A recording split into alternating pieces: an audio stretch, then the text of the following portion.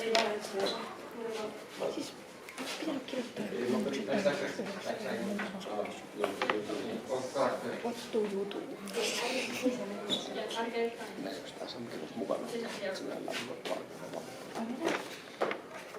So, can we start?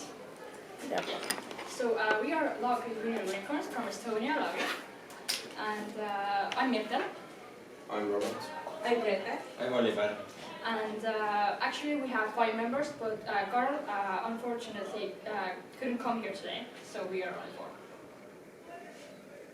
4. We have different social media accounts, like we have our own website where we have different things like project and robots.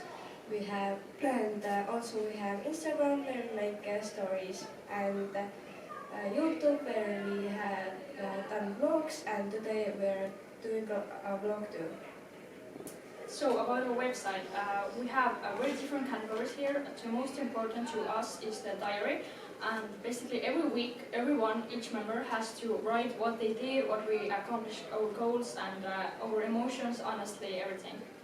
And we also have everything about our robots, our recent projects, our last projects, our last robots, our previous seasons, core values, everything we have written down there. So let's go to the project.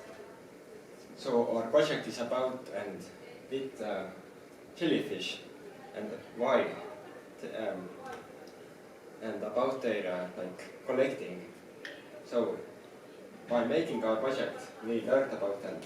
We learned that they are about 95% water, they are predators, and they don't have a backbone or any brain. And they live everywhere in warm and cold waters. So here's a little diagram about the importance of jellyfishes. The most important one is to study medicine. Basically, scientists are trying to produce medicines from their toxics and slime. Then they are also food for people, for example, in Asia and Japan. They can resolve natural disasters, and they are very important to understand other organisms as well. Yeah. Here are some more examples of importance of jellyfish. For example, they are part of the ecosystem, and you can see a picture where a scientist is making medicine and food supplements out of jellyfishes. So our research problem is that catching jellyfishes causes them stress, harms them when they are caught in a forceful or clumsy manner, and the stress and the damage caused by the methods usually doesn't let us research them as well.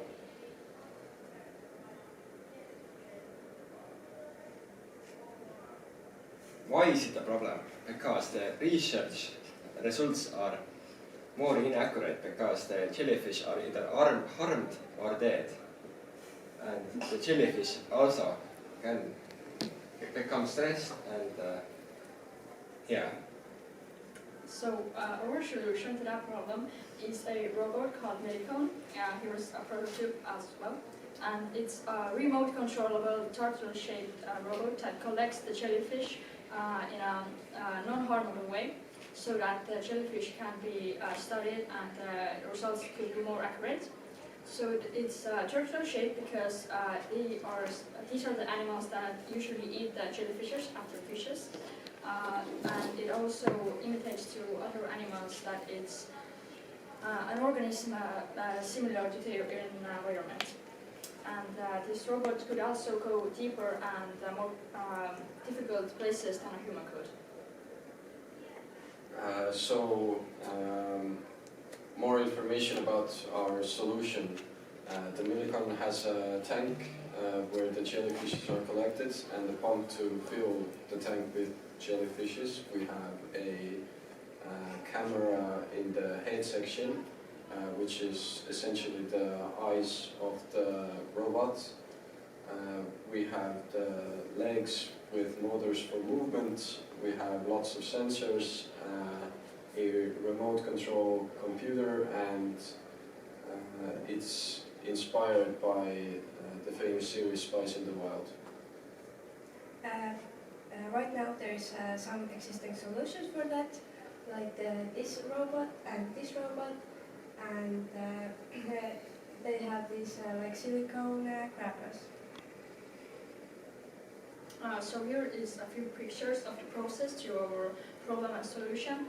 In the beginning, we were actually not into jellyfishes. We were reading about the water bombs and human photosynthesis, but obviously we decided that it's way too complicated and impossible. But here we also shares about the dark oxygen, but when we consulted to an expert, we found the jellyfish problem, so we chose that. And this is also existing solution, and then we came up with the original idea to make like a boat that is research-based on the water and to collect jellyfishes straight from the sea. But then we made progress and made it actually into a robot turtle that we have now. So more about the process. First we brainstormed ideas, then we contacted some experts of the field. We asked them if those ideas were viable. We researched the topic more. We decided on an idea we wanted to make into a prototype. We made said prototype. Then we contacted the experts again to see if our solution was any good. And yeah, that's basically it right now. We collected info from different sources, mostly from the internet sources. We read different scientific